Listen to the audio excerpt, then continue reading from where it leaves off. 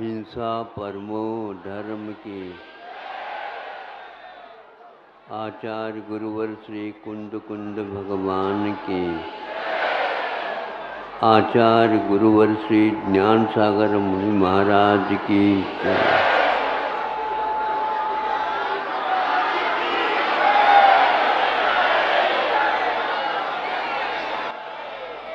कल तपस्या को अपना ली थी। वैराग्य से भरपूर होकर के रागियों के सामने एक विचित्र पथ। दुनिया एक तरफ जाती है तो यह एक अलग दिशा में, विपरीत दिशा में जाने का उपक्रम देखा आप लोगों ने। आज साधना का दिन है, किंतु उस साधना में भी कुछ राशन की आवश्यकता पड़ती है, कुछ तेल की आवश्यकता पड़ती है, कुछ ऐसी शक्ति का अर्जन करना आवश्यक होता है जो शारीरिक है, किंतु वह बौद्धिक आयाम में क्या काम करता है यह आपके सामने है। जिन्होंने दीक्षा ली है वह दीर्घ संगणन के धारक हैं। जिन्होंने दीक्षा ली है उनका अकाल में मरण नहीं होने वाला है, ये निश्चित है। जिन्होंने दीक्षा ली है उनके पास मति ज्ञान, श्रुति ज्ञान, अभिज्ञान, मनोपर ज्ञान तक विद्यमान है, किंतु वे कभी भी आपके मन में क्या होता है उसके बारे में कभी रुचि नहीं लेते। दुनिया का प्राणी स्वयं के बारे में न सोच करके मन के माध्यम से दूसरे को सोचता रहता है। इतना ही अंतर हम और उनमें है। वे स्वयं को जानना चाहते हैं और आप या हम पर को जानना चाहते हैं। यही संसार और मोक्ष के मार्ग में अंतर है। फिर भी मैं ये बताना चाहता हूँ, जिस घर को छोड़ दिया उन्होंने उस घर की ओर भी पुनः आ रहे हैं। ये क्यों आ रहे हैं?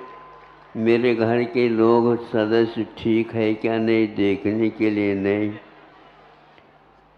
अभी उनके वही चित्र तो देखो जहाँ पर मरुदेवी और नाभिराज कल रो रहे थे।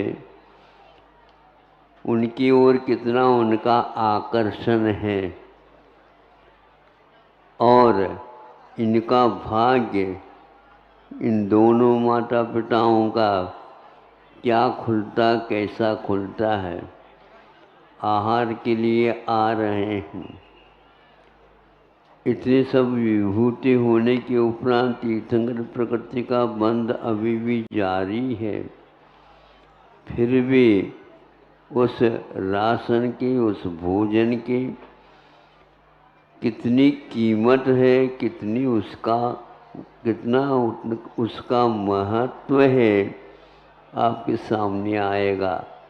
आप लोग सुबह से लेकर के शाम तक खाते ही रहते हो, किंतु वे एक बार लेने के लिए 6 महीने के बाद निकलेंगे। नहीं मिलता है तो 6 महीने और उपवास कर लेते हैं। शारीरिक क्षमता इतने होने के उपरांत भी वे क्यों उठते हैं, ये प्रश्न उठता है। शारीरिक क्षमता होने के उपरांत भी बौद्धिक भीतर जो आयाम होता है, सोच विचार उसमें यह अनिवार्य होता है। दीपक में तेल डालते हैं, बहुत तेल चाहिए ऐसी नहीं, किंतु जितना चाहिए तो उतना आवश्यक होता है। चाहे वो सोने का दीपक हो या रत्न का भी हो, लेकिन अपनी अपनी ऊर्जाएं वहाँ पर लगती रहती हैं। अब ये आएंगे, आपके घर में आएंगे, किंतु घर में घर की कौन सी चुनाव होता है, यह आप लोगों को महत्व समझ में आ जाएगा कि क्या इनका सोच, क्या इनका विचार, क्या इनकी साधना, क्या इनकी दृष्टि, क्या इनका लक्ष्य है। ये सब बातें आपके सामने खुल करके आएंगी। साधना के बाद साध्य अवश्य ही मिलता है, किंतु प्रत्येक का साध्य एक नहीं है। आप भोजन करते हैं स्वाद की अपेक्षा से, वे भोजन लेते हैं स्व अपने आप के भोजन को पाने के लिए करते हैं। उनका भोजन निरंतर चल रहा, रात दिन में ज्ञानामृत का सेवन, किंतु बाहरी जो साधन है शरीर, उसके लिए ये दिया जा रहा है। आप लोग शांति के साथ आज यह मोक्ष मार्ग की साधना में वे क्या प्रतिक्रिया अपना रहे हैं देखने को उपलब्ध होगा। आप लोग सोच लीजिए किसके लिए आ रहे हैं वो। यहाँ पर कोई भी ऐसा जानकार नहीं होगा उस समय युग के आदि में ये किसके लिए आए हैं। किसी ने हाथी देने के लिए कहता, किसी ने घोड़े देने के लिए कहता, किसी ने और देने के लिए कहता। कोई व्यक्ति हीरा जवाहरात सोना चांदी कुछ याद आ गया होगा या आवश्यक हो गया होगा, देना चाहते हैं, उसकी ओर वो देखते ही नहीं। कईयों ने सोचा, पुराण में लिखा है, इसके अनुसार कहता हूँ कि भैया कम से कम ये चाहते हैं तो सुयोग्य रूप लावण्य से युक्त अप्सराओं जैसे दिखाओ महिलाओं को। हाँ, कन्याओं को, महिला कह रहा हूँ मैं, कन्याओं को दिखाओ। तो कन्याओं के दिखाने के उपरांत कन्याओं के ऊपर उनकी दृष्टि नहीं जाती। कन्या क्या सोचती होंगी, आप ही लोग समझ लो। आखिर ये क्या चाहते हैं। बड़ा वैचित्र है। आपके सामने दृश्य आ रहा है। महाराज लोग शुद्धि के लिए उठ गए होंगे, क्योंकि आज एक महाराज नहीं, 24 महाराज उठने वाले हैं। यहाँ पर विधिनायक 25 हैं। ये 25 व्यक्ति, पहले तो एक व्यक्ति के माध्यम से प्रतिष्ठाचार्य साफा बांध करके उसके ऊपर बिंब को रख करके आपके यहाँ घर पर आते थे। अब एक साथ 24-25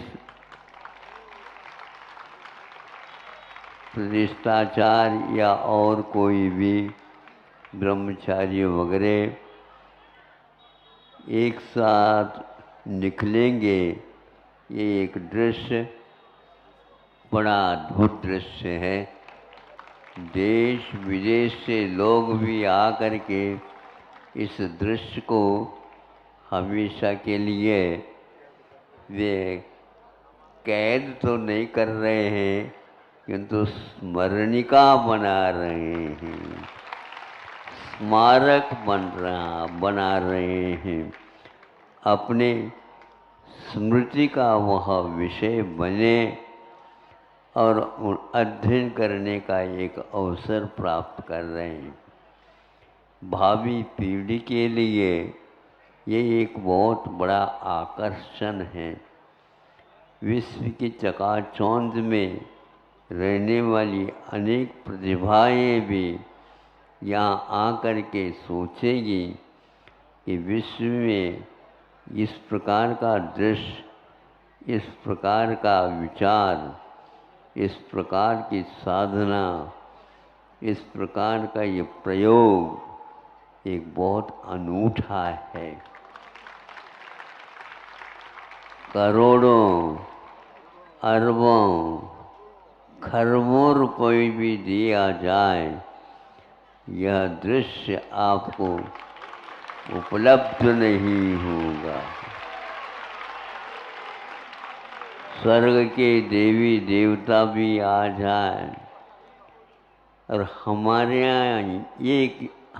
यहाँ भी आकर के एक दिन आप चर्या आहार दान का लाभ हमें मिल जाए, आप जो चाहो सब देने के लिए हम तैयार हैं। स्वर्ग भी ले जाना चाहते तो ले जा सकते हो। स्वर्ग से उतर करके यहाँ पर आए हैं, वहाँ पर क्या है हमें मालूम है, इसलिए उसकी कोई आवश्यकता नहीं। सौदर मिंद्र ये पागल की भांति आज तक उनके चारों तरफ परिक्रमा लगाता रहा, लेकिन वह आहार देने के लिए तरस रहा है, उसकी आंखें बरस रही है, किंतु वह स्वीकार नहीं है। अभी तक सौदरमिंद्र की सेवाएं स्वीकृत थी, किंतु उन्होंने उसको आज मना किया है।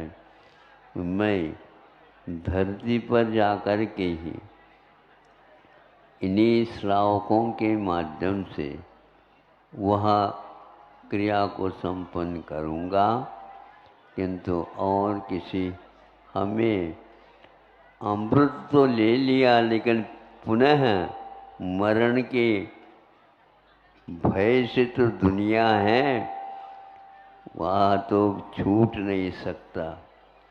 यह मृत्युंजयी साधना है, मृत्यु के ऊपर विजय प्राप्त करना है, किंतु वह अमृत खाने से मृत्युंजय पद प्राप्त नहीं होता, यह आज ज्ञात हो गया। ये सारे अमर लोग जो हैं, अमर क्यों कहलाते हैं? बहुत दिन के बाद इनका मरण होता है, इसलिए अमर कहलाते हैं। वहाँ पर कोई भी अमर नहीं, सबको अपनी अपनी बार तारीख अवश्य ही मृत्यु होगी। ऐसी साधना ये करने जा रहे हैं जो दुनिया में कहीं भी उन्हें उपलब्ध नहीं होती। आप लोगों को कैसा लग रहा है?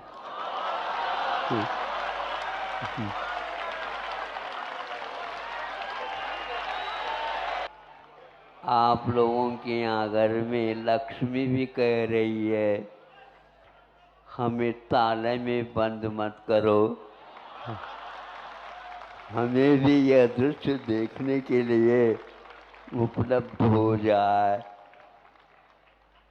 सोना हो तो सोना ले लो, चांदी हो तो चांदी ले लो, हीरा हो तो हीरा ले लो, सब कुछ ले लो, लेकिन हमें भी यहाँ पर बैठने के लिए कुछ स्थान मिल जाए।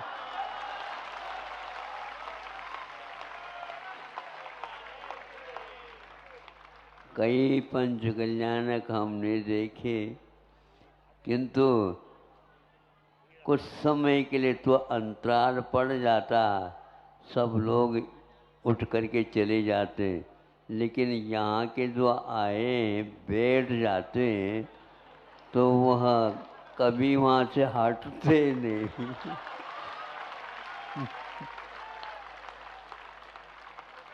शांति से बैठने से ये सब उपलब्ध हो रहा है। धन्य है उनकी साधना, धन्य है उनका लक्ष्य, धन्य है उनका परिवार। जो कल रो रहे थे, आज उनकी धारणा में भी अंतर आ गया है। जिसके घर में इस प्रकार घटित होते, पहले तो वह रोएगा ही, किंतु बाद में ज्ञात होगा दुनिया के रुदन को दूर करने वाले ऐसी विभूति है ये, किसी को भी रोने नहीं देंगे। माता पिता रोते रहें, फिर बाद में वो सोचते रहें कि प्रभु के प्रति ये दुनिया ही आकृष्ट है और हमारे घर में ये विभूति थी। दुनिया के रुदन को, रोने को मिटाने वाली यह विभूति हमें पुण्य से उपलब्ध थी। जब से जन्म हुआ तब से माता पिताओं की वासना उपासना के रूप में परिवर्तित हो गए।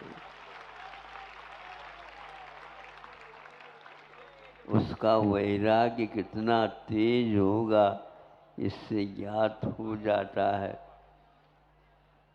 स्वयं तीर्थंकरों को यह जीवन काल में उपलब्ध नहीं हुआ। 102 या ऐसे इतने संतान तो ऋषभनाथ के हुए।